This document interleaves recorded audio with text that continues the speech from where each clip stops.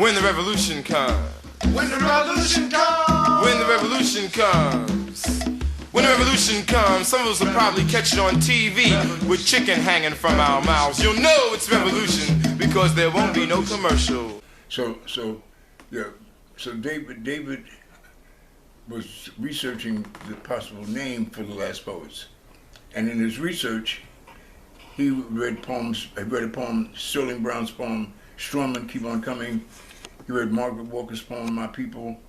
He read he read a poem written by Gwendolyn Brooks. He was reading famous black poets' poetry to see if he could glean a name from one of those poems.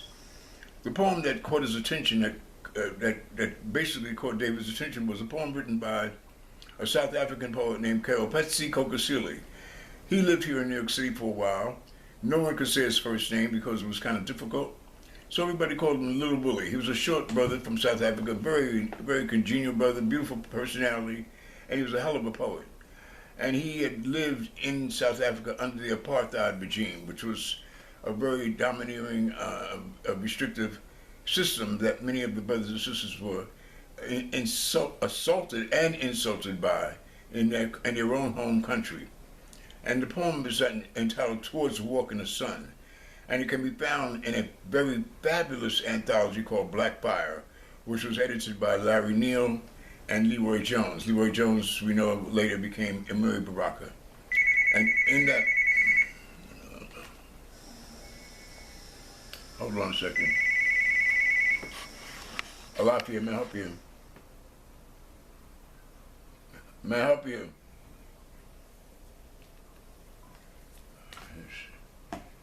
Anyway, it's nothing.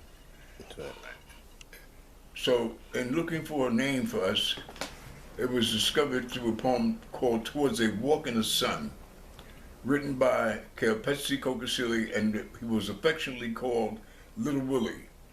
And in his poem, he's describing how difficult it was for the South African people to live under the apartheid regime. And he talked about just the oppression that they were faced with. Matter of fact, many of the South African people were compared with what was happening with black folks in the South, because we were having similar issues. And these are white invaders in their country, taking over and putting them through changes.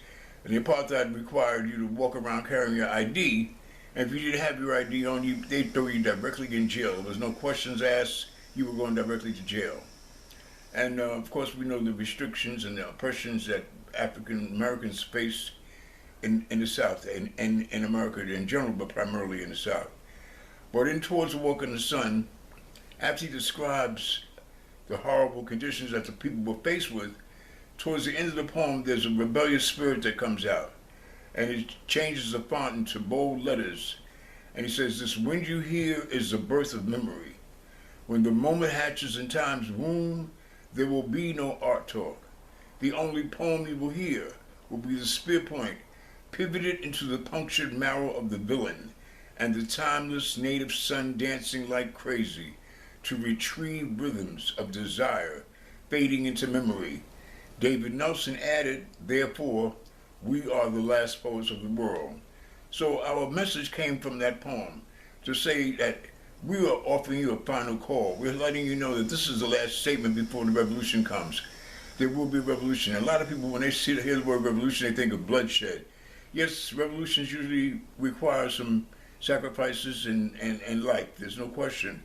But we were primarily talking about a change of culture, not biting in, not agreeing, not going along with the culture from the so-called dominant society, that we were going to plug into ourselves.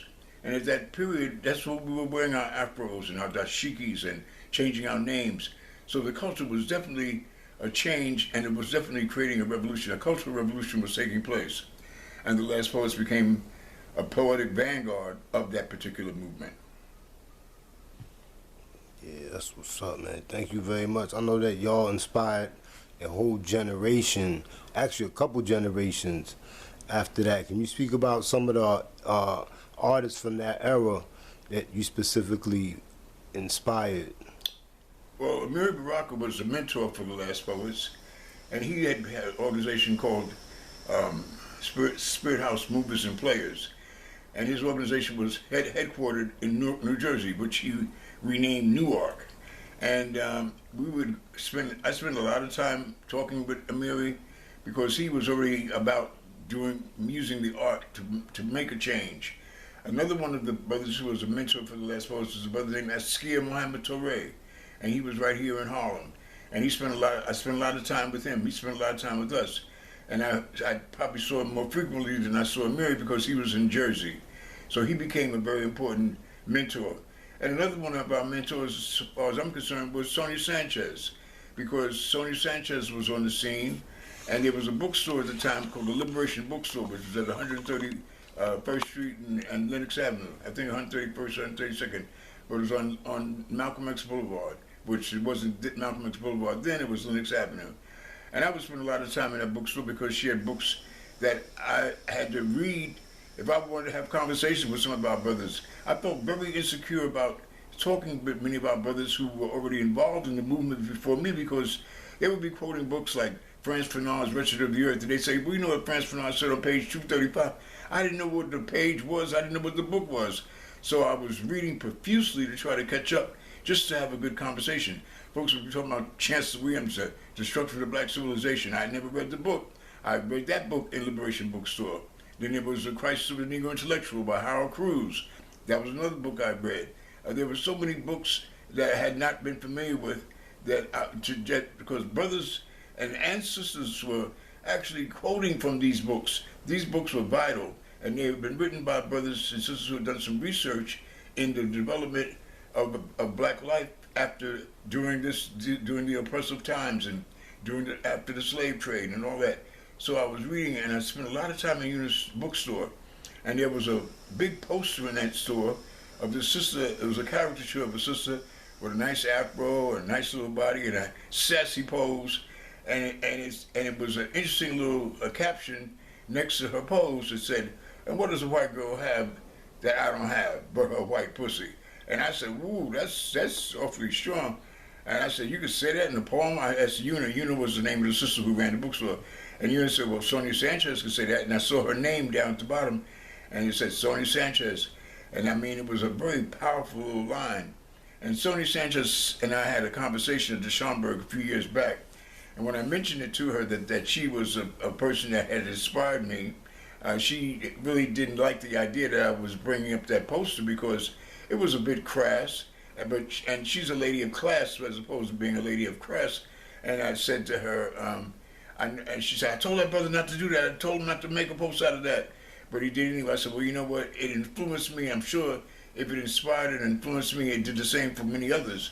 Because many of our brothers were really chasing Susie Cream Cheese like she was a queen, like that was a prize to have a white girl in our arms. And you put it straight that we need to just forget about her and look towards our sisters, because we believe somehow that white vagina has more power and more magic than our sisters, and so that stirred me in the right direction. I said, I know it's a little bit kind of out of line of how you perform, or how you conduct yourself, but it was bold enough to catch my attention, and it also set my politics in the right direction too. So Sonia Sanchez and Askia Muhammad Torre, and there were quite a few, and Amiri Baraka. Then we had the whole Wayusi artists who were doing things, and Ademola was a part of that, and Abdul Rahman and Marvin X. There were so many people who were already about the business of making changes through their art, through their poetry, and they became friends of mine. That became my new family in Harlem, and then us having a place in Harlem to perform and to put on productions, I got a chance to be close to Pharoah Saunders and Leon Thomas. Leon Thomas and I became very good friends, and I never heard anybody sing yodeling like him. I mean, his yodels weren't anything like what you hear the Scandinavians do. His yodels became something that you heard from the soul. It was like the ancestors were talking to him through his yodels. And Pharoah Saunders was the heir to the throne after John Coltrane. He learned everything about playing the tenor sax from Train, and he carried on the legacy. So there were people in my life who made a difference and took me to a level of understanding of the beauty and genius of black people that I would never have understood otherwise.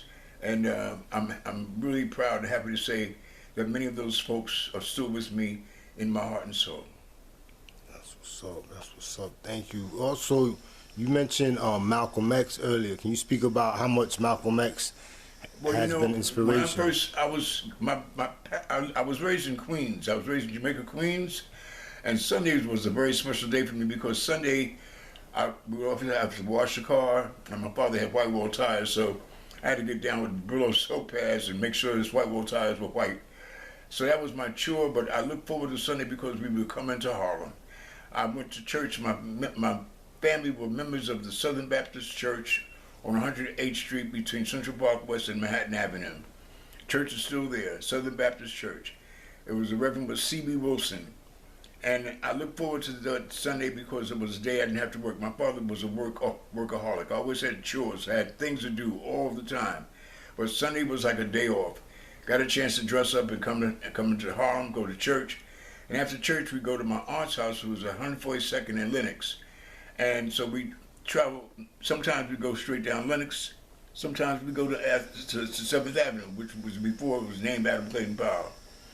And this one Sunday, I don't know, we ended up on Adam Clayton Powell Boulevard, and we had to stop at the red light there at 125th Street, and I saw this orange-looking man. To me, he looked orange. I must have been about maybe 13, 14, I don't know how old I was, but it was a while back, and I remember I was in the back seat of the car, of course, and my aunt and my mother were talking, and my aunt said to my mother, she said, "See that man over there, Elvina? They're going to kill that man. He's telling the truth, but they're going to kill him."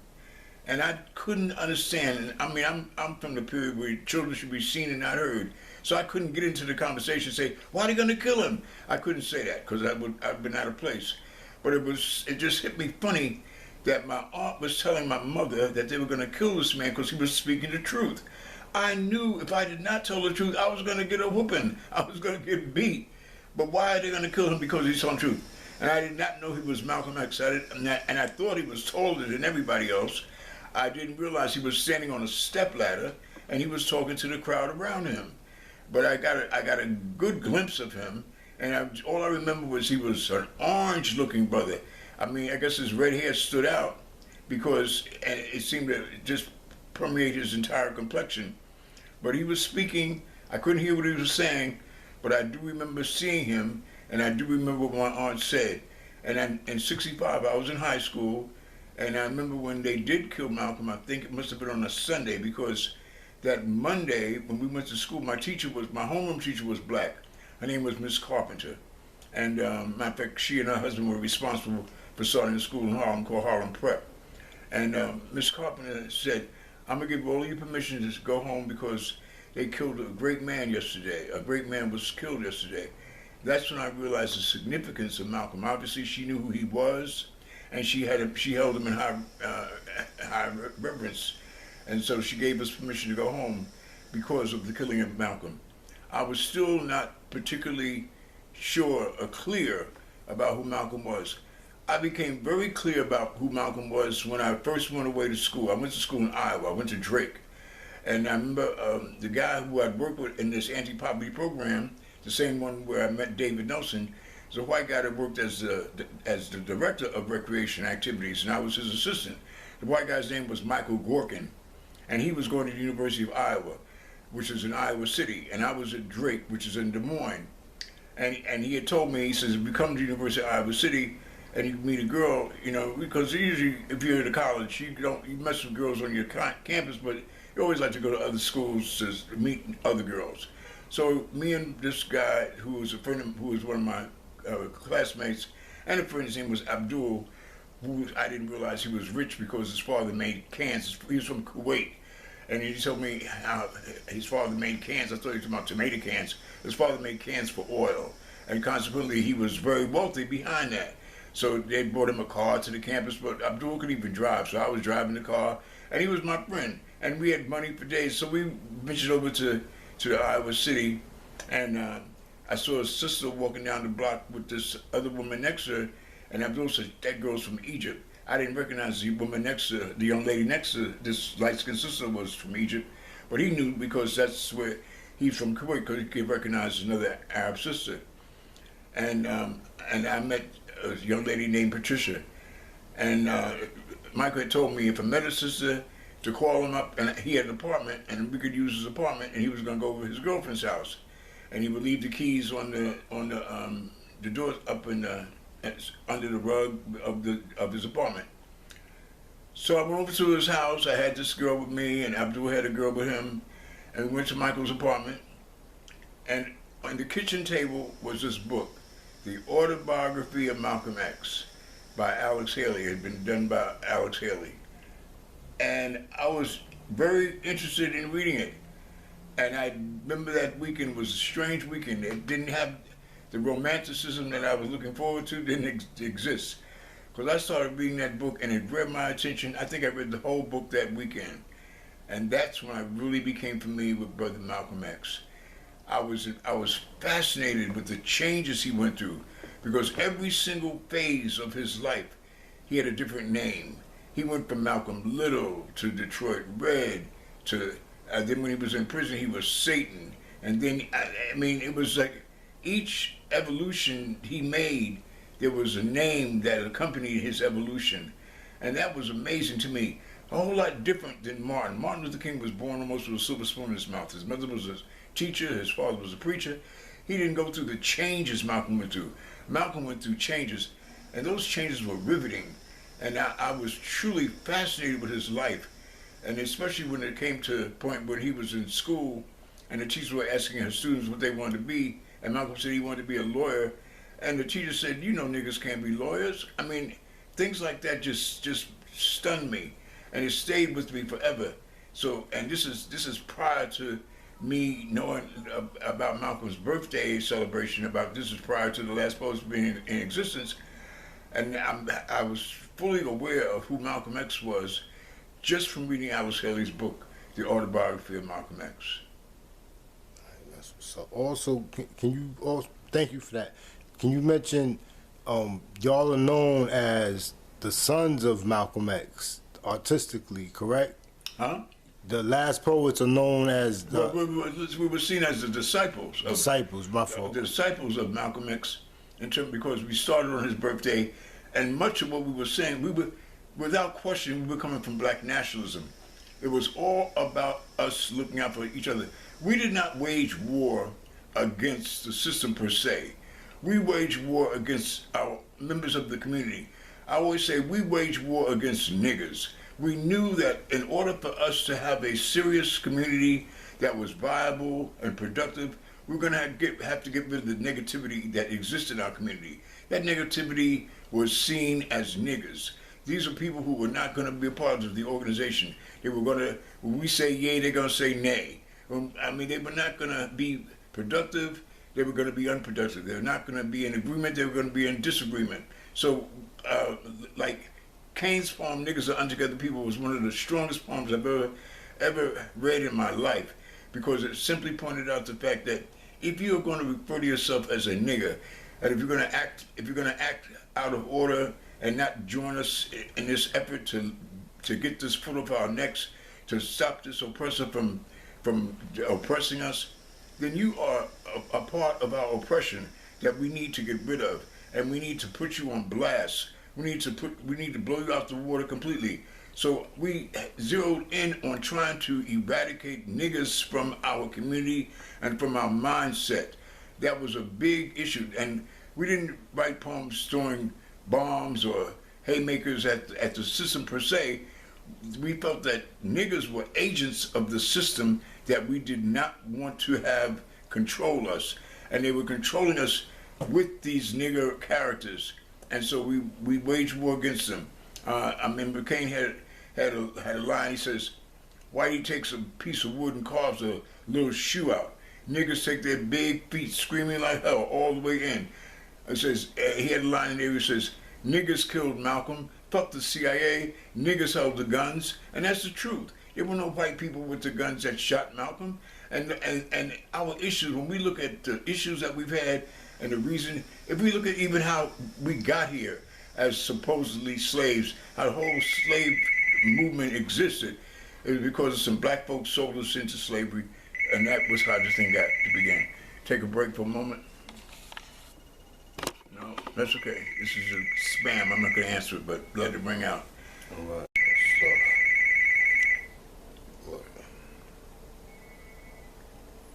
Yeah, so our whole mission was to eradicate the negativity from our communities, because in our hearts, in our minds, we can be beautiful people, but we have that ugly element that doesn't agree with the beauty of us, that doesn't want to enhance that. We have that element that still believes that they got to be coons and work for massa. I mean, and we wanted to expose all of those folks. So we had poems like Niggas Are Untogether People. I wrote a poem entitled Run Nigga.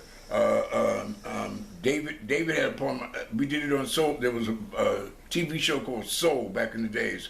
And Soul was a strong show. It was on PBS.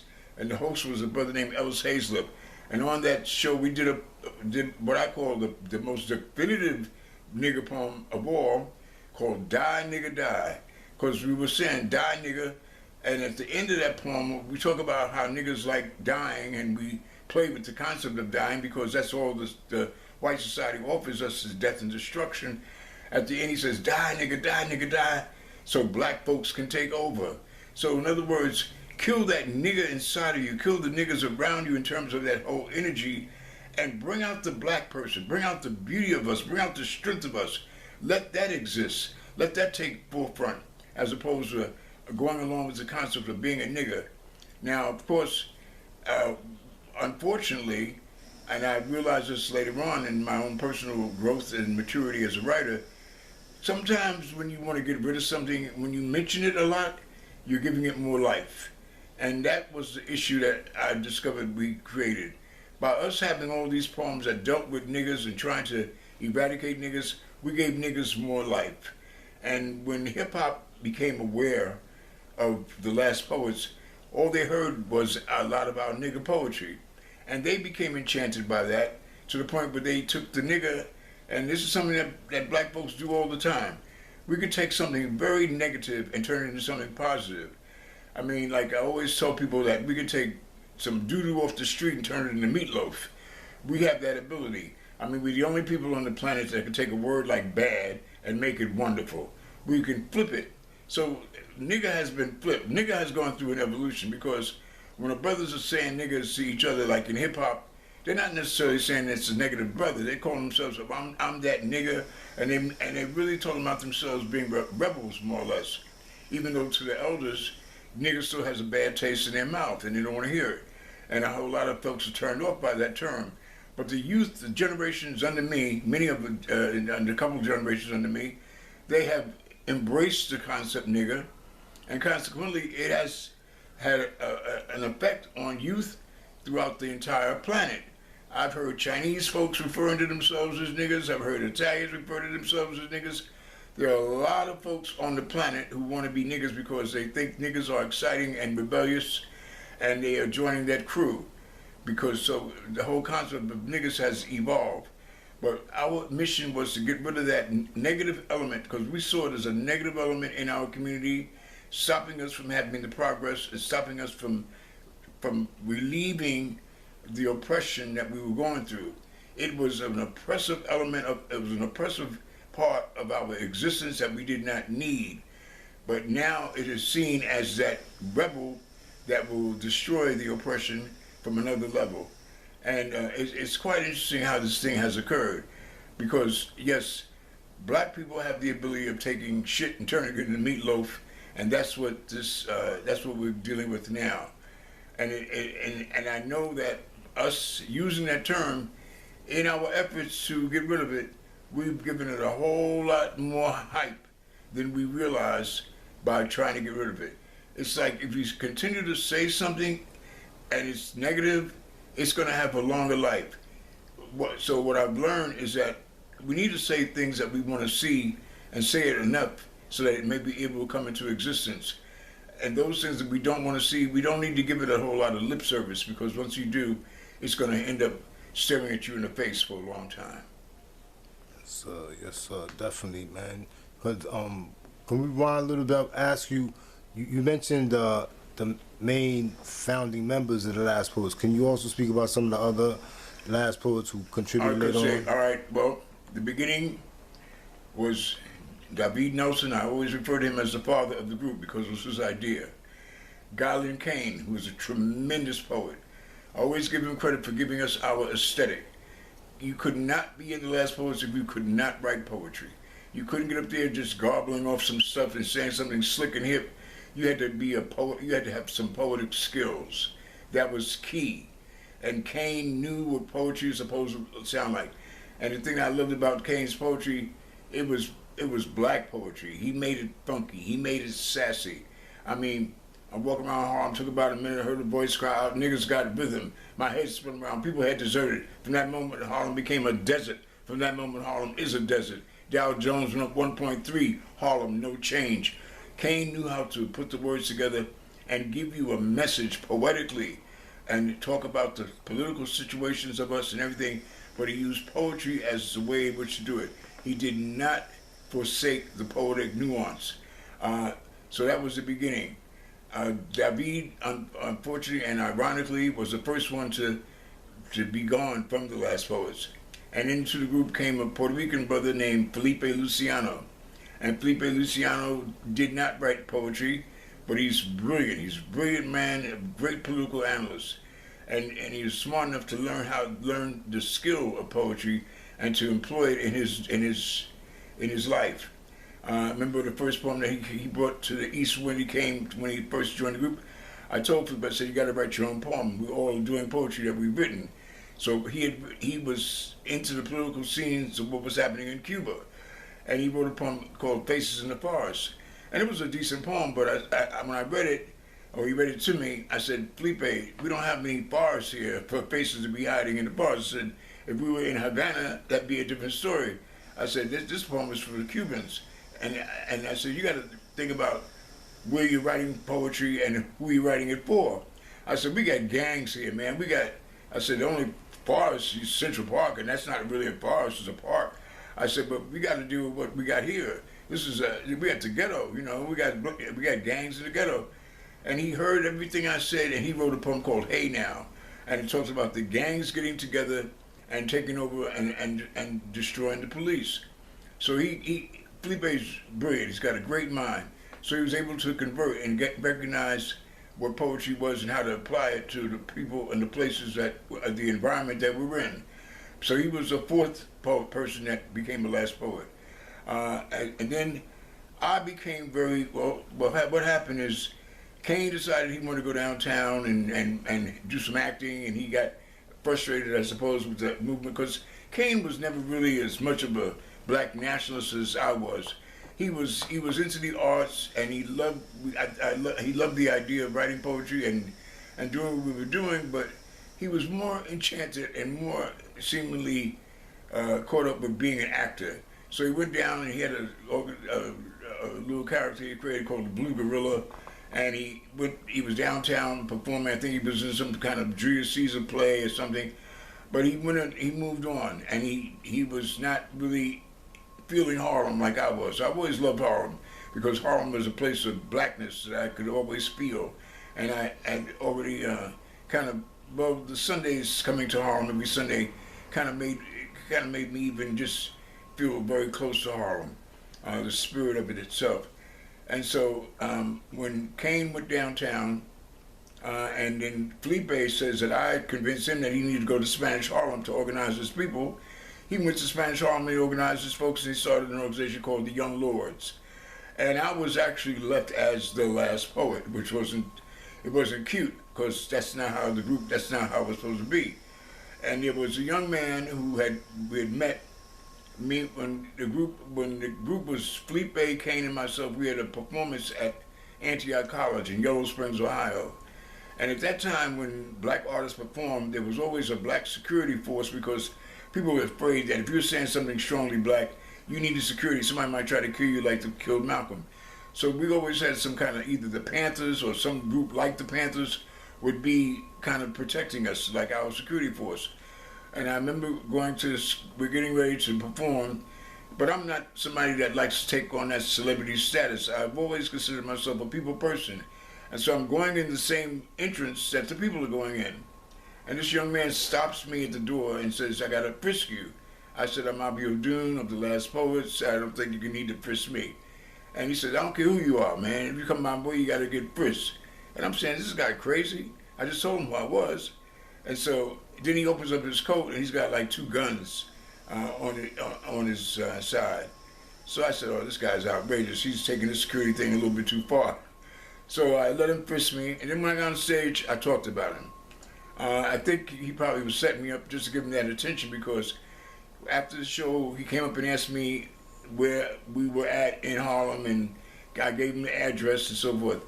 That person was Umar bin Hassan, and he ended up coming to Harlem looking like Oliver Twist. He had a suitcase, but there was hardly anything in it. He said he had 20 cents in his pocket. He had sold his sister's hi-fi to get some money to catch a bus just because he wanted to be in the group. So he came at a very interesting time, because at that time when he got here, Kane had gone downtown, Felipe had gone to Spanish Harlem, I was left as the last poet, and we had a performance at the Alamac Hotel, which was being used as a dormitory for Sikh students. Sikh students were students who needed to go to City College, but they needed to brush up on their remediation skills before they could matriculate. So there was a hotel run by the sister named Gloria, where she ran the housing part of it, and these students were actually staying in this place.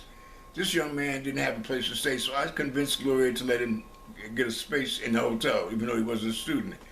Then I had a gig at that hotel, and the students were waiting for me, even though they knew that the group was breaking up. The place was packed. We had the gig in the same place where they had their food, in the lunchroom. Folks were sitting on the tables. I remember that. It was a very interesting moment. The conga player was still with us, Elijah. He stayed with me the whole time. I mean, he never left my side. Plus, we had a group of men that ran all the activities that took place in the East Wind, and we called them the East Wind Associates. They were also the ones that convinced me that we should do an album once I put the group back together. And because when Kane and David and I were together, Kane said, we're never going to do an album, because the minute that we do, we're going to be in a bucket of shit with everybody else. We're going to be considered like recording artists. And this is not a recording artist group. And I was down with that. I wanted to be a revolutionary. I wasn't trying to be a recording artist. But when Kane was gone, and I was left as the original member of the group, the brothers that we had as our business partners, they decided that it was time to do an album. And they got paid. I didn't get paid. I didn't know anything at all about the procedures of doing an album.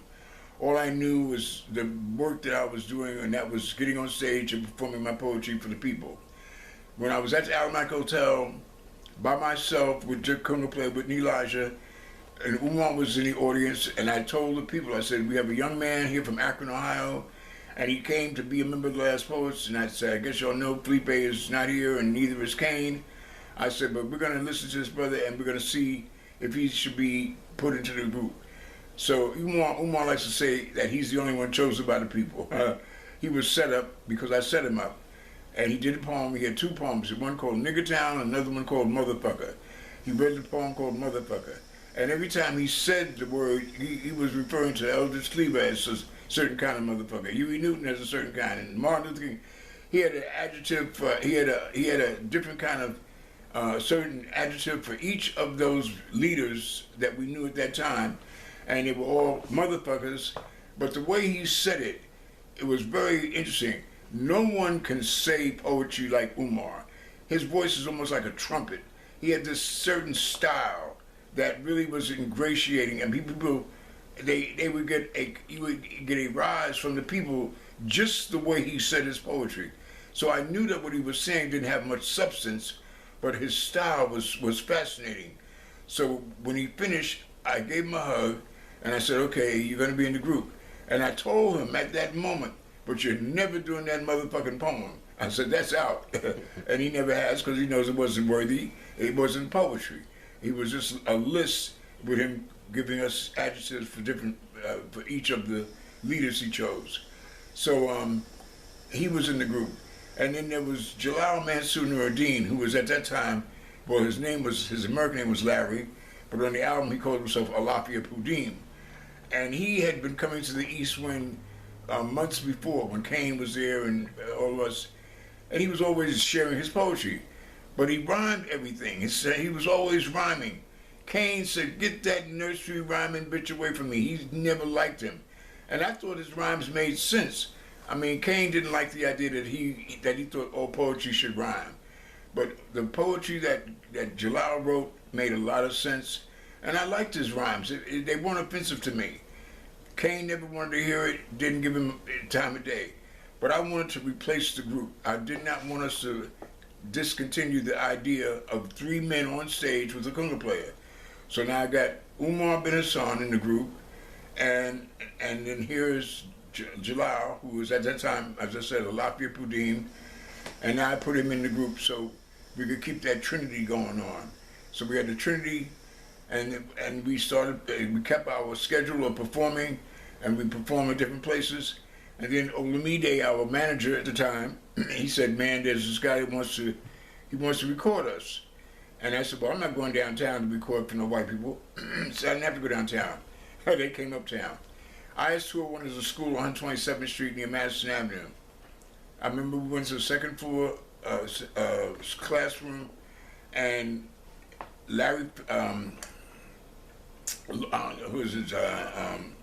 Alan Douglas and his partner, Bob Schaefer, were in the classroom. I did a poem, Jalal did a poem, and Umar did a poem. And when we finished doing our poetry, I remember Alan Douglas said, "Oh, I'm ready to record whenever you guys are ready." So we went and recorded the first album, and we did it, and that was done in 1969. I did not know about what was going to happen with that. I know that we recorded the album. As a matter of fact, we went into the studio. I remember Jalal saying, "Well, what are we going to do, man? What are we going to do?" I said, "We're going to do what we do on our sets. The first set's going to be the first side of the album, and the second set's going to be the second side of the album. I mean, what are you talking about, what we're going to do?" And I think they were a little nervous. I was clear as to what we were going to do because I had taken leadership position because I was the oldest member of the group in terms of being in the group longer than everybody else. So we did, and I remember telling Alan Douglas, I said, "Listen, do me a favor. If you print up the album, when you do the album, print the words up on the inside cover." And until this day, I will always take credit for that because we were the first group in America to have words printed on the inside cover of an album. And then I remember Alan asking me, "Why did I want that to happen?" I said, "I want you to do that because I think we're talking so fast, no one's going to be able to understand what we're saying. And if you can read it, they'll be able to understand better." And that became a commonplace thing after a while. I know other albums, like Stevie Wonder's Songs of Key of Life, comes with a little booklet with all the words written out, and quite a few other folks have done the same thing. Now my son, when I told my kids that we were the first group to do that, one of my sons researched it and discovered that the first group to ever do that was the Beatles, and they did '66 with a piece called Sgt. Pepper's. But then I said, "But they're not from America, they're from England." Hold on a second. Alafia, may I help you? Alafia, may I help you? So anyway, so that was another feature of The Last Poets. We had an album. Now the weird thing about all this is that when the album finally came out in 1970, I felt I had left the group because I really felt like a fake revolutionary. I didn't feel like I was a revolutionary at all. Because all I'm doing is writing poetry, getting on stage, and performing. And people are calling me a revolutionary, and I'm blacker than black. I mean, and I didn't feel any of that. I felt all that was a lie. I hadn't done anything. I hadn't choked anybody. I hadn't been involved in no real physical activity that suited me enough to make me feel like I had made a revolutionary contribution. I didn't recognize the value of my poetry at that time. I didn't recognize how much it was moving people's mindsets. To me, it was just a skill that I had. It was a gift that I had that I was sharing, but I did not see the relevance of it as much as, I guess my energy level was so much until I felt I needed to do more. So there was a group in Harlem at that time called the Harlem Committee for Self-Defense, and they were all sisters. Charlotte Orange, Gay Todd, Marlena Franklin, who happened to be Cicely Tyson's daughter, and quite a few other sisters, and they were part of this organization. It was primarily female, but anytime they needed some manpower, they knew they could call on me, and I would help them out because I had a car, and I loved the sisters. They were brilliant, they were beautiful, but we spent African socialism, I'm sure. You know, we should connect with that. So we had these arguments. They said, black folks read, why you come down and talk about black folks won't even read that stuff? I said, it's not our kind of reading. I said, it's nothing that's going to enchant us, it's not going to help us. But at the same time, I respected the fact that they were an active organization trying to make some changes. For example, Gabe was a nurse, but she played a guitar, and she'd be on the corner of 7th Avenue, 125th Street singing, we don't need no state office building in Harlem, we need a high school. She would be talking about issues that we were faced with. And one of them was that the government, the state government was going to build a state office building at 125th Street, and they were trying to stop that from going up. So I remember going by that area that was just a vacant. They had torn down all the buildings, and 125th Street between 7th and Lenox, and between 125th and 126th, they had a fence up around it. They had torn down the buildings in preparation for the Harlem State Office building. And it ended up, I went by and saw the sisters were planning this demonstration.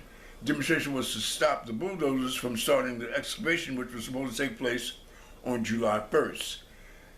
And I remember one of the sisters gave me some money, said, go up to the Bronx Market and get as many watermelons as you can get in your car. I went to the Bronx Market, I had 38 watermelons. And on my way out of the place, I realized I could get one more watermelon and put it on my lap and still steer the car. And I asked the guy, I said, give me another watermelon. And he said, you ain't got to pay for it, just take it. When I brought the watermelons back to the site on 125th Street, to the sisters, there's this makeshift table made out of some planks that they put together. And they had enough slices of watermelon to get, I think they had a slice for everybody in Harlem. It was like just hundreds of slices, but it was like bees to honey. People came because it was a hot day. People came on the site to get the slices of free watermelon, and those were the folks that they were getting involved in the demonstration. Then Marlena or I forget exactly who gave me a bullhorn. So you got a big mouth, organize people, do chants, do something, but let's keep them here chanting because we want them to stay overnight. So when the bulldozers come, we'll be ready to fight that battle. Well, during the 60s, for people who remember, all of the 60s after King, especially when he was assassinated, and even before then, but especially after he was assassinated, the 60s were hot. In every city in the country, there was riots all over the place. And Rockefeller did not want to see another riot, so he told the contractors not to come onto the site to start the excavation, because there were people waiting for a confrontation. And he was right. We were all waiting all night. And I was chanting. We had all kinds of songs. We love our brothers and sisters. Deep, deep down, down, deep down in our hearts. I knew all the chants, and I'm leading them in chants. I'm doing poetry. We had a big fire burning, and we just had ourselves a revolutionary hot time. And I was kind of satisfied that I was now participating in an activity to bring about some change on a physical level. And I remember the bulldozers did not show up, so we had nobody to confront. The Parks man showed up because there used to be a pole on 7th Avenue, right there on the island of 7th Avenue and 125th Street. There used to be a flagpole. The Parks man came to put up the red, white, and blue flag. I told my boys, I said, go grab that flag. Don't hurt the guy, just take the flag away from him. And we had a little red, black, and green flag. And I told him, I said, hoist that up there. And we're declaring this area Reclamation Site number 1. So we called that area between 126th and 125th, from 7th to Lenox, we called that whole block Reclamation Site number 1. In other words, we are reclaiming the land. And I started living on the site. I was there night and day. It was unbelievable. This, I felt, put me right in line with being an active revolutionary. I remember when Umar or Jalal came onto the site, talking about we had a gig. I said, I ain't got no gig. Yo got the gig. Yo do that. I'm not doing that no more. I'm doing this. So I took myself out of the Last Poets. I'd had enough. Being poetry wasn't sufficient. It wasn't doing for me what I felt needed to be done. My energy level was too much. I wanted to get physically involved in some activity that was going to be a physical change, and poetry wasn't getting it. So that led me to my exit from the group, and that was and I wasn't thinking about no album. I was actually incarcerated when the album came out. Can you go on record for what you got incarcerated for? I was down, and I'd gone before the Last Poets even came to existence. I mentioned earlier about me being in Iowa and University and Drake, and I had enough of white folks, because if you're in Iowa, you're going to see a lot of white people and you're going to see a lot of cornfields. You got cornfields all over the place, and I had enough of that. So I came here and I took some classes at Manhattan Community College. I figured that was enough. I didn't need no more white experience. But now I'm down. The site, because we had this taking over that area. The policemen came onto the site. They wanted to know who the leader was. Now, I was not the leader, but I was the mouth that you heard every day, because we had a speaker up on this burnt out bus. The brothers and sisters had burnt this bus. The brothers had burnt the bus up like it was the state capitol or something. But in the zeal of us having that first night, and I felt that the cheese bus could have been something we could have used, but they set it on fire. We put the fire out, then we put a canvas over it to try to, so if it rained, we could all have shelter. Anyway, every day I would be on the microphone telling people why we were there and what we wanted there, and as opposed to what the state wanted there. I would explain our position and the things we needed. We needed some food, we needed clothing, we needed this and the other. And one brother named Robert Stevenson, I remember his name, he said somebody was donating some clothes and some food, and he went, and I gave him the keys to my car to use my car to go get it. Anyway, the police stopped my car right there at Park Avenue and 125th Street. They thought that it was me, because my car was going in and off the land all the time. It was a 1966 beige Impala. They stopped the car. They beat up Robert Stevenson, gave him a concussion, broke his arm. They thought they were beating me up. And they said that they found a gun, they found some shells, and they found drugs in the car. That was not true, because I had my gun with me. I never put no shells in the glove compartment, and I surely did not deal with drugs. But those were the charges. They threw Robert in jail. So the people on the site, we called ourselves, everybody involved with the site, we referred to as a community coalition. And we had a rule that if the lieutenant from the police force came, somebody said we want to talk to the leader, we would all count to 3 and raise our hands. So 16 of us, because we knew that if we have a leader and you kill the head, then the body dies. So we were all leaders. So I said I was not the leader. I was just a vocal person, but you didn't even know that because you couldn't see me, you could hear me, but you didn't know for sure. And so they said, come on, we can't talk to all of you. Just need one person, one representative. None of us are going to put our necks out first as being that. But now that they got my car and they're going to discover that the car was not the person who got beat up, they told me, said, man, you're hot. And they're going to use the car as a reason to come and vamp on the site, to come in here. You got to get out of here. So anyway, I left Harlem and I went down to North Carolina. United Church of Christ has a division called the Committee for Racial Justice. And it was headed up by Reverend Cobb. And there was discussions of building a transitional year academy down there that I knew about. So I figured I would hook that up. And I was married and had a son. And I sent my wife and my son down there to be a part of this transitional year academy that was supposed to be under the auspices of the United Church of Christ, the Committee for Racial Justice section. So when I got down there, I did participate in that, and anything that's another story. But that whole academy never happened. And Baba Osurgeman, the same brother who gave me my African name, he was a part of this also. But he knew that the whole thing that the United Church of Christ was talking about was going to fall through. It wasn't going to happen.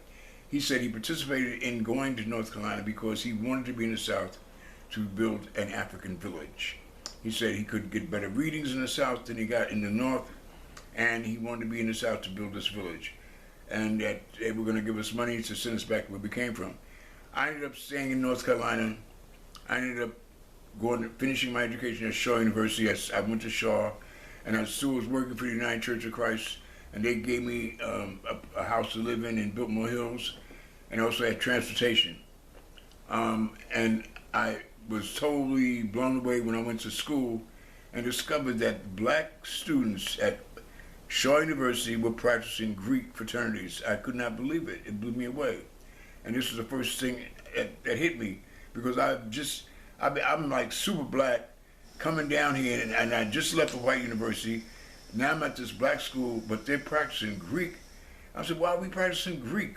We got African societies. We should be like a Maasai society or a Watusi society or a Yoruba society. So I started the Yoruba Society at Shaw University. And I had about 50 students involved, and the requirements were you had to wear African clothes all the time, you had to change your name, and I was even giving people names. I'm not a priest, but I was stepping out of bounds. And I'm sending people down to the village that Copy AC is starting because to get education about our African past. The culture that had been snatched from us, we're trying to reclaim all of that, trying to get back to the culture. And so one thing led to another, and I would have these town meetings every Thursday, and I'm on the campus steps of the student union preaching, talking about why we should be African people, why we should stop practicing all this Greek stuff. We're not Greeks. And I mean, I was a pain. I know I was a pain in the butt for a lot of the students and the professors.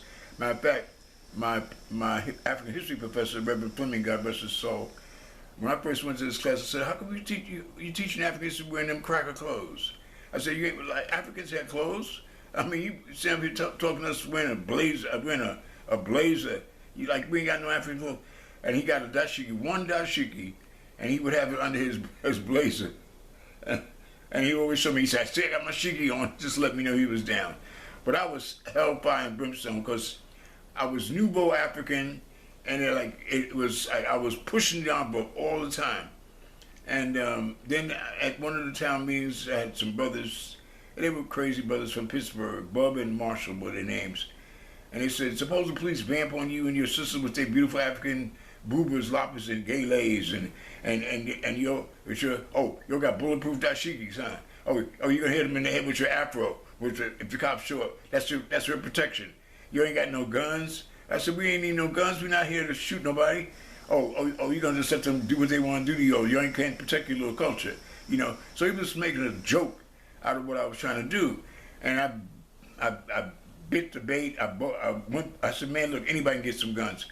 Make a long story short, I helped design a plan for us to get some guns from the two gun shops in Raleigh, Thorns and Dixie's. And we had the guns, and we were stashing them in the basement of the president's mansion, Reserve Hall. We had access to that space because that's where we did the newspaper for the school. And I was not directly involved. I had helped set this thing up, but I was seen because people knew how radical I was, so I didn't want to be incriminated by Sable. Dune was there. I knew where Dune was because we saw him when this whole thing was taking place. But two of my boys got busted.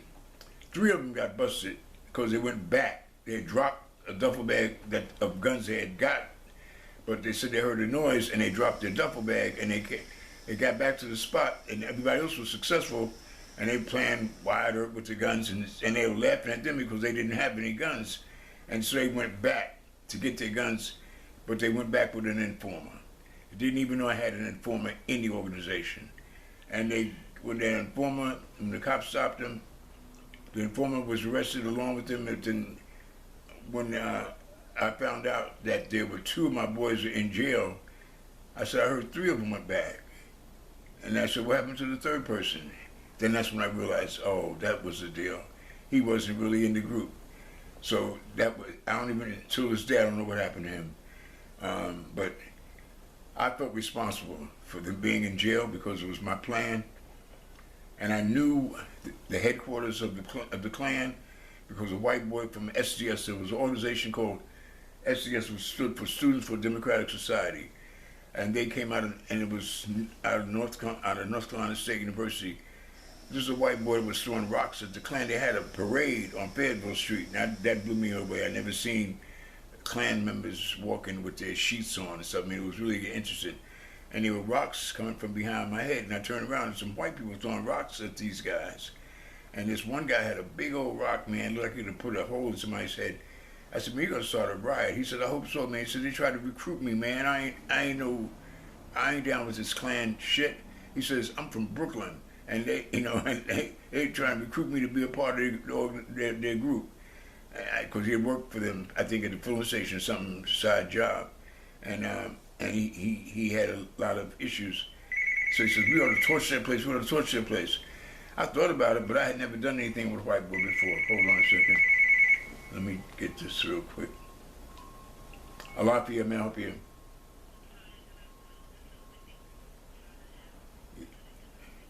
ABIODUN, yes, I know about my appointment, which is tomorrow at 2:20, and I will be there a little earlier because I'm going to get some blood work done before I see Dr. Smith. Yeah. Thank you. So, anyway, I did not torch the place like the white boy suggested, but I remembered where it was. So one of my brothers, Alexander Young, who actually is from, he lived up in Yonkers. He's no longer with us either.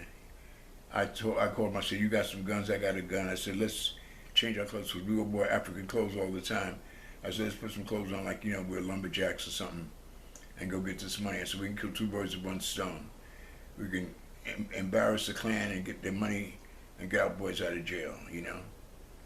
Anyway, the plan went awry. We did get the money. I did point the gun at the white boy. I think he pissed in his clothes. He took me to the safe, opened it up. I put the money in the bag. Ended up, when we were walking out of the store, there was a Pepsi-Cola truck had driven up to the filling station, but they didn't want gas. The guys came in. Alex said to me, what we're going to do with these guys come in? And I said, they're not involved. Let's just walk by them. Because we locked the two guys up in the storeroom, so they weren't visible at all. But by the time we got outside, evidently they must have known that they were locked up, because as we were walking, because I had parked the car like a half a mile away on the other side of the highway, and these guys ran up to, this is North Carolina, and I wasn't even thinking, I guess. They go to the Pepsi-Cola truck and pull out rifles, and now they're shooting at us. And we're running, and I'm running and thinking to myself, why am I running? I got a gun. I should shoot back.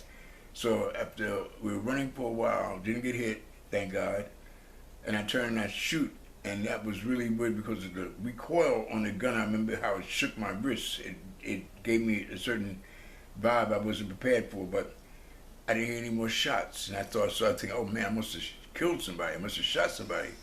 That scared me too, just the idea that I could have actually put a bullet in somebody. But Alex and I spent about 7 to 8 hours in the woods on a manhunt. And eventually they caught us, didn't shoot us or nothing, we didn't get hurt. They never got the money back. I buried the money. I made a little map for the people to go get the money. So the money was retrieved, but they didn't get the money back. But Alex and I got popped, and I was, to not go through details, I had 12 or 20 years in prison. I only did 3 years and 9 months, but I was given 12 or 20. Both of us were given the same amount of time. And it was during that time, while I was sitting in prison, that the album came out. And that was really kind of a frustration, because there were brothers coming into the prison quoting me, and I couldn't tell them they were quoting me. I told one brother, and he thought I lost my mind. He says, New York, they call me New York, because if you're from out of state, they usually call you by where you're from. He said, New York, them guys are from New York, man, and this album just came out. And you've been in here, you were in here when I got here. I said, brother, the album was done a year ago. I said, that's my stuff. He came to my section. I was in the hospital dorm because I was a prison, but I worked in the prison hospital. And I said, brother, I'm from New York. He said, yeah, but New York, you were in here already. This album just came out, man. You guys are bad. Because he came over to my bunk, said, New York, the Big Apple. And I said, that's my shit, Bird. Bird was from Charlotte. His name was Jonathan Bird. And I said, that's my shit. He said, man, that's my shit, but I know the whole album by heart. I know that whole piece. I said, no, you don't understand. I wrote that. He said, come on, New York. He said, he thought I had lost my mind. And I said, man, that's me. So then I started thinking, how can I convince him that's really me? Because he was the only one that knew. I wasn't talking to a bunch of people. And I said, listen, your wife comes to visit you every Sunday. And she did. She was righteous about visiting him every Sunday. I said, have her bring. He came back, man. He had tears in his eyes. I said, what are you doing in here, man? I said, I committed a crime, Bird. I'm in here like everybody. But I don't need no more publicity, you know. I mean, I already got front page for what I had done. I don't need any more. I don't need no more attention. I said, you know, and I know who I am. Just let's keep it between. In the cafeteria, man, he be staring at me. I said, Bird, you gotta stop staring at me, man, because you can't be doing that in prison. People think you know somebody's making a bitch out of you or something. He said, man, I can't believe you in here. God damn. I said, believe it, man. Just keep it on the down. You know, just don't say nothing to nobody. He was so shocked, but he was the only person I told. And I felt in a way, I said, I guess I'm missing the revolution. I'm in here, you know. But it was to be perfectly honest, Malik, I did good time because I never did any time. I got time to serve me. I flipped the whole thing. I wrote every day while I was there. I wrote books, I wrote poems, I wrote essays. I have the whole file cabinet of my prison writings. Everything says State Department of Correction. I got thousands of pages of stuff that I haven't even published that I wrote during that time. So I really took myself on a whole another trip that developed me in a way that I could not have been developed. But I used that time wisely. That's great. That's great. Thank you for that, sir. One last thing, or Okay. two last things. Can you mention the Black Arts Movement and Nina Simone? Well, Nina Simone and David knew each other, and she did one of his poems. Actually, she did two of them because she did one of his poems live at the festival in Mount Morris Park. I wasn't there, but I know that David and her had some kind of relationship. And then later on, she did another one of his poems in an album called The Emergency Ward, and the name of the poem that she does is Today is a Killer. And that I used to play on my radio station because I had a radio station when I was at Shaw, and I did a show, and I played that piece. But she was definitely a sister that we revered. I've revered her all my life because she was revolutionary. She was the high priestess of soul, and we loved Nina Simone because she would, you know, Mississippi, goddamn. I mean, she was bold and bad, so we had nothing but love for her. I did a show with her here at the Beacon Theater with my jazz group some years ago. It was phenomenal. It was very special. I got a chance to meet Andy Stroud, the brother that she'd been married to. She has a daughter by. But she and David Nelson had a relationship, and it was one of the reasons why she ended up doing his poem at Mount Morris Park on this at that particular event. That was the founding of the Last Poet? Yes. Oh, what? She was there that day too? No, she wasn't. No, she wasn't there on that day. Oh. But this came after that. That day, she wasn't at that particular event. But there was an event that took place at Mount Morris Park that she participated in, and she did his poem that he had done on the very first day that we got together. Yeah. Wow, that's dope. That's dope. All right. Then also, Gil Scott-Heron. For many years, people always considered Gil Scott-Heron to be one of the last poets. And that's very funny you mentioned because about 2 years before Gil passed, we had a gig together at the Carter Barron Amphitheater in D.C. And Gil it was Gil by himself. He didn't have Brian Jackson. He was all by himself. He played piano. He spoke to the people. Gil had a beautiful personality. He was engaging, and he sung his songs that people knew, including In the Bottle, and all that stuff. I knew of his work. The first album he put out called Pieces of a Man. Well, he put out an album called Small Talk 125th Street, which I had seen, but the big album that he put out on some big label was called Pieces of a Man. Beautiful album, and I played it on my radio show a few times. But in this particular, and Gil and we met when the Last Poets, it was Felipe, myself, and Kane, I believe. We had a gig at Lincoln University, and you knew when you were going to Lincoln because you passed this mushroom field. Oh my God. You want to talk about something that stank? Ooh. Mushroom Fields is stinky, boy. Ooh, that smell permeates everything. And you knew you were heading in the right direction. Lincoln was in Oxford, Pennsylvania. And we performed, place was packed. And I remember at the end of the performance, Gil Scott Heron came to our dressing room. He says, listen, man, I want to start a group just like you guys. I said, Gil, we want last poets all over the world, brother. Go for it. That was the first time we met. And the next time I saw him, he was already had been doing his thing, and we were doing our thing. So it was me and Umar, and who else was with us? It was me and I think and Jalal, and he came to dress. And so anyway, we performed, and the paparazzi was on stage.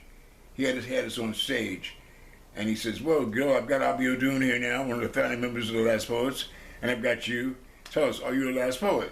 And Gil said, "Yeah, I'm a last poet." Then he looks at me and he says, like for confirmation, I said, "Yeah, he's a last poet." I said, "He's not a member of the group, the traveling group, but he has the same philosophy that I have, and that's and that we have." I said, "So that makes him an official member of the Last Poets in terms of philosophy." So I said, that's how he performs. What he's performing is Last Poets poetry, basically. So he says, well, then this is a funny part. So what about him biting off of your poem? I said, what poem did he bite off of? A poem about revolution and television. I said, wow. I don't know how you get this stuff twisted. I said, when the revolution comes, some of us will probably catch it on TV with chicken hanging from our mouths. You'll know it's revolution because there won't be no commercials. I said, yes, Gil heard that. But Gil did not bite. He graduated my poem. I said, you'll catch it on TV with chicken hanging from your mouth. Gil Scott Heron said, it will not be televised. I said, why are you trying to create a conflict between Gil Scott and I? He's my brother. We're together. There's no conflict here. I'm not trying to create a conflict. I said, yes, you are. I said, first of all, you're going to question the piece of Last Poet, not understanding that it's a philosophy of poetry that makes you a Last Poet. It's not the group per se. And the other thing is that we stand on the shoulders of each other. I said something that inspired him to take it to the next level. He graduated my poem. That's what he did. Because Gil Scott and I were together in Atlanta at the Black Arts Festival a year before that, 2 or 3 years before that. And it was so funny because a brother ran up to me and said, "Oh, ABIODUN, man, I love the Last Poets, man. I love you brothers, man. The revolution will not be televised, brother." I said, right on. And Gil laughed, I laughed. Because people get the poems confused all the time.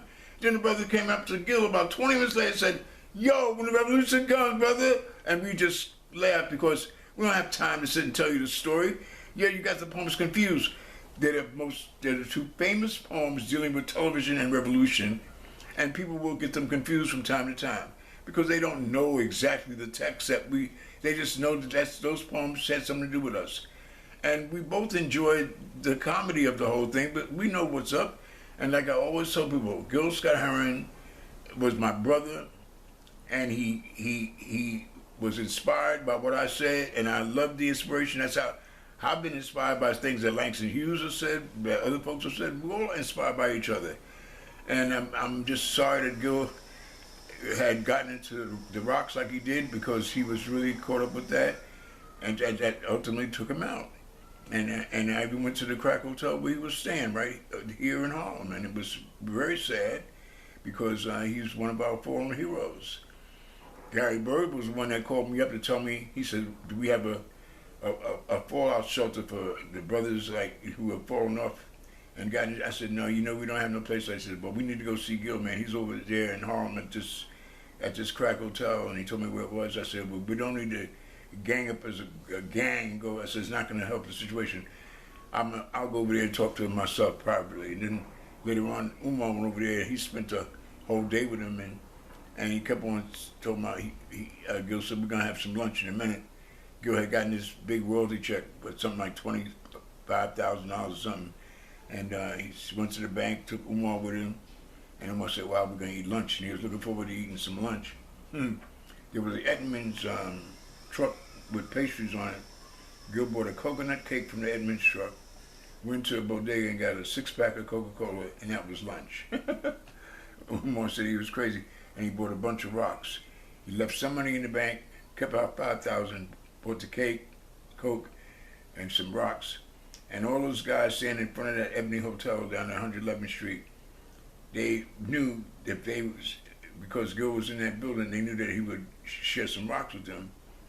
And then he went upstairs to his place, and Umar was still with him, and he had a acetylene torch, and he said when he turned it on, the flame shot up in the ceiling, and Umar got scared. He said, man, you're gonna burn this place down. And Gil said, nah, man. And he turned the flame down real low, to put it under the little bulb and to get the whatever you do to smoke that stuff. And Umar said that he had to get out of there because he was going to be right back, because he had dealt with crack also. I've never dealt with that. That's never been anything that was intriguing to me. Matter of fact, I could never understand how a brother could allow himself to be, to let drugs control his life. The most thing I've ever done is smoke marijuana, man. And I realize even too much of that can cause an issue, because behind that I've got some kind of cloud on my lung, so I can't smoke anymore. But the fact is that, Gil was a beautiful brother, and I loved Gil very much.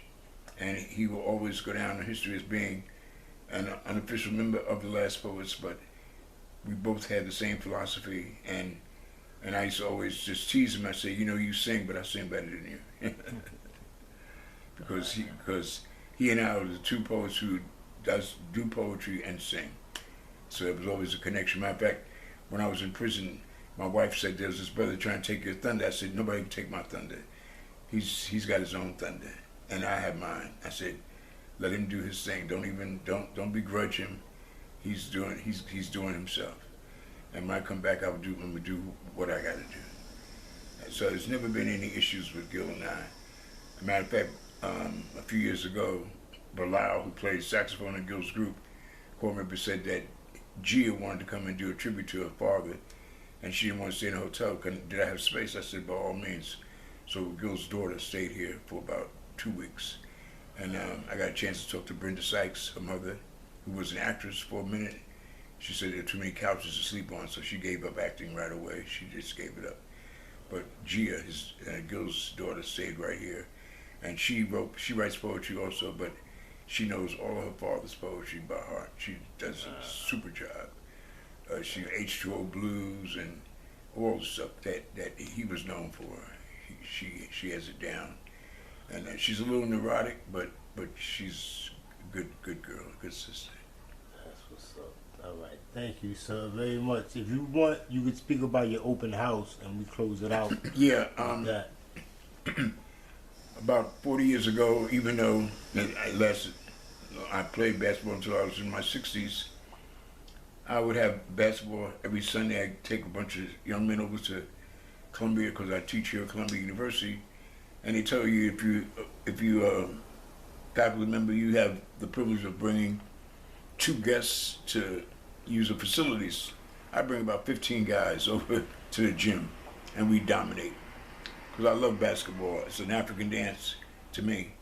And my son reminded me of how the open house got started. He said it was one Sunday, this young man said that he knew who I was. And I said, well, that's cool. I'm happy you know who I am. And he said that he had a poem he wanted me to hear. And I said, brother, we're getting ready to play some poetry right now. I ain't got time to really hear no poetry. I said, we're ready to play some poetry. Because I see basketball as a poetic experience too. So we played ball. I think I had him on my team, and I knew we had a great day that day. Because if you lose, you got to wait to get winners, and that means you might have to wait a while. If you win, you just continue to play. And I didn't lose a game that day. And he was on my team, because at the end of the day, we were getting dressed to end the day. And I always cook some food for the fellows so they come over and they could eat. So I told the young man, I don't remember his name, I said, well, let me say that poem. He reached in his pocket, pulled out the poem. The poem had disappeared. The sweat had killed the ink, and the ink had just merged into the paper, and there was no words. And the kid looked like he was about ready to die. And I felt so bad, because if I had listened to the poem when he first got there, then I would have heard it and it would have been fine. But I told him I didn't want to hear it right then. I'd hear it afterwards. Now it's disappeared because the sweat had destroyed it. And I said, brother, you wrote that poem? He says, yeah, man. He said, oh, man. I said, listen, don't worry about it. You wrote it. It's in your head. I'm going to bring it to my house. I'm going to sit you at my desk. I'm going to give you my pen, a magical pen, and a special piece of paper. I just tried to hype up everything. And you're going to remember that poem. And at the same time, I'm going to cook some food for you so you can eat. You know, I said, I just want you to just calm down and try to remember what you wrote. So he said he had about 85 to 90% of the poem. And it was a decent poem. I can't remember exactly what it was, but it was something that was dear to him. And I fed him. And it just seemed like after that particular moment, I had other brothers who I was playing with who were also poets, and they would share, and so it became a routine. I played basketball in the morning. First of all, I would get up early and I'd prepare food. And the food was always the same thing, salmon croquettes and home fries. Then we go to the gym, play some ball, come back. I serve some food. Now I got people coming here after I play basketball. I got people coming to the house who are poets to read their poetry, and I got food for them to eat. I got juice for them to drink, and it just became a thing.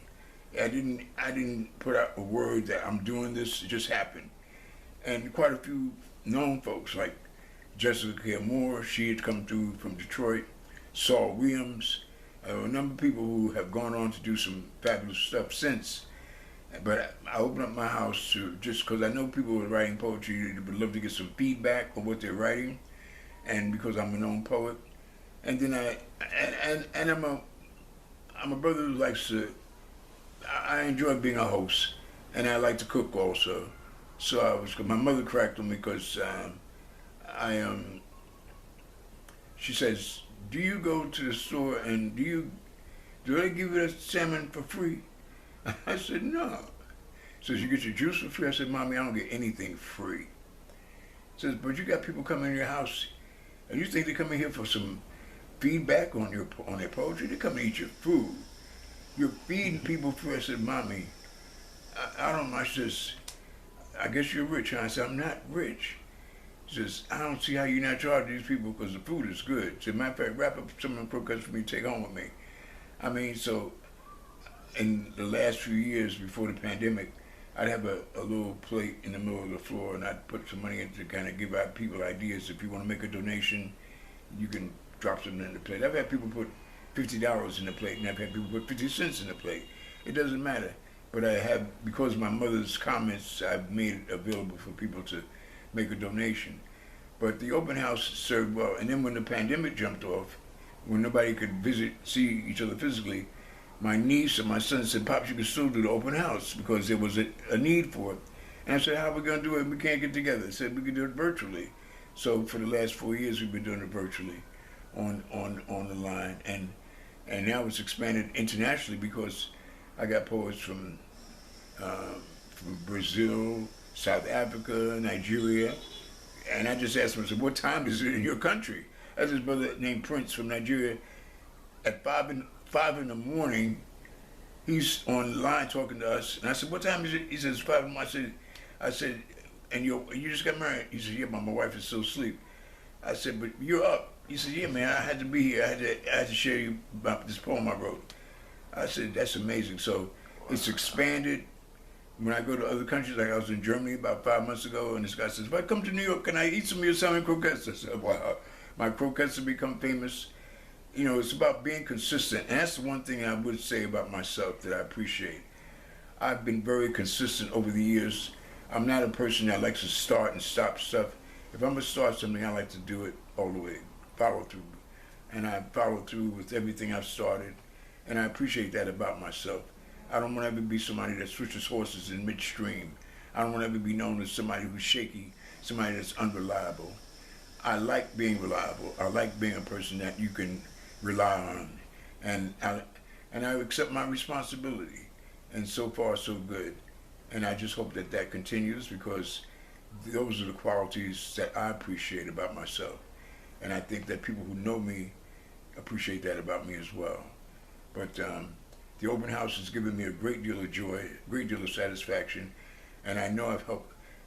God knows how many forwards to books I've written for people who are trying to put their little books of poetry out. I've collaborated with a bunch of folks who've recorded their stuff. Matter of fact, today I have a collaboration to do with this sister named Chez Noir. She's a new sister. I don't even know what state she's in, but she got in touch with my niece and they wanted me to do this collaboration. She sent me the theme of the. All I asked for is just give me the theme. If I have a theme, then I can work with that. If you have no theme, I can't work with you because you don't know it. I can fly, and so that's what's been happening. That's what's up. Congratulations. Thank you very much. What is coming up next? Like, how people can contact you for the open house? Open house, well, my niece Juanita, she is in charge of the open house, but people can email me, and I can always send an email to my niece. And my email is poet.abiodun@yahoo.com, and my name poet is spelled Poet, ABIODUN @yahoo.com. Anybody wants any further information on how to deal with the open house, you can email me, and then I will send that information to my niece, and she'll send them the link, or she'll be in touch with them directly, because she manages the open house, and it's called Poets Haven now. She calls it Poets Haven, and it's been working fine. Matter of fact, we've had a couple of gigs. We had one down at Sounds of Brazil at SOB's a few months ago, and some of the people from the open house were there to perform their poetry. Beautiful gig, beautiful turnout. I mean, so, and a lot of folks have been getting some. They've been getting some play that they would not have gotten otherwise, just because they've been participating in the open house. Even though it was virtual, it still has a strong effect. It's made an impact. And as I said, I think it's expanded because of the fact that it's virtual and you don't physically have to be here in the house. And yet I do have my local poets who still get involved. And sometimes some of my local poets in the last few months have been in the house because the virus is kind of waning, and so some people have come over. But I haven't really done the physical thing yet like I have been because of the virus. I might do that. It may open up again in midsummer. I'll see. But we've been enjoying the virtual so much until I don't know how we're going to change. If we ever change, we probably will change and go back to the physical. We'll see. But it's still in effect, and I feel good about it. So, all right. Thank you very much, sir. Thank you, brother. Thank you for the opportunity, man. Love, honor, respect, always, man. You know. Hey, man. And, I thank you, man, for as much as what you've given to us as a community in general, and what you and your comrades have given, because what y'all did helped change the world. Like, for us, like now, like everybody celebrating the 50th anniversary of hip hop, yet it cannot be overlooked that without y'all there would be no hip hop. Yeah, well, I appreciate the fact that the beat goes on, and I love the fact that many of our young people have embraced what we did and took it to another level, because that's how we move. We have to. When you see something that's working for one generation, and the next generation if it appeals to them, and they take it and own it, it's going to have on another flavor. But everything comes from something, and I'm happy that there has been that this movement continues to grow. I tell people it's way beyond just hip hop.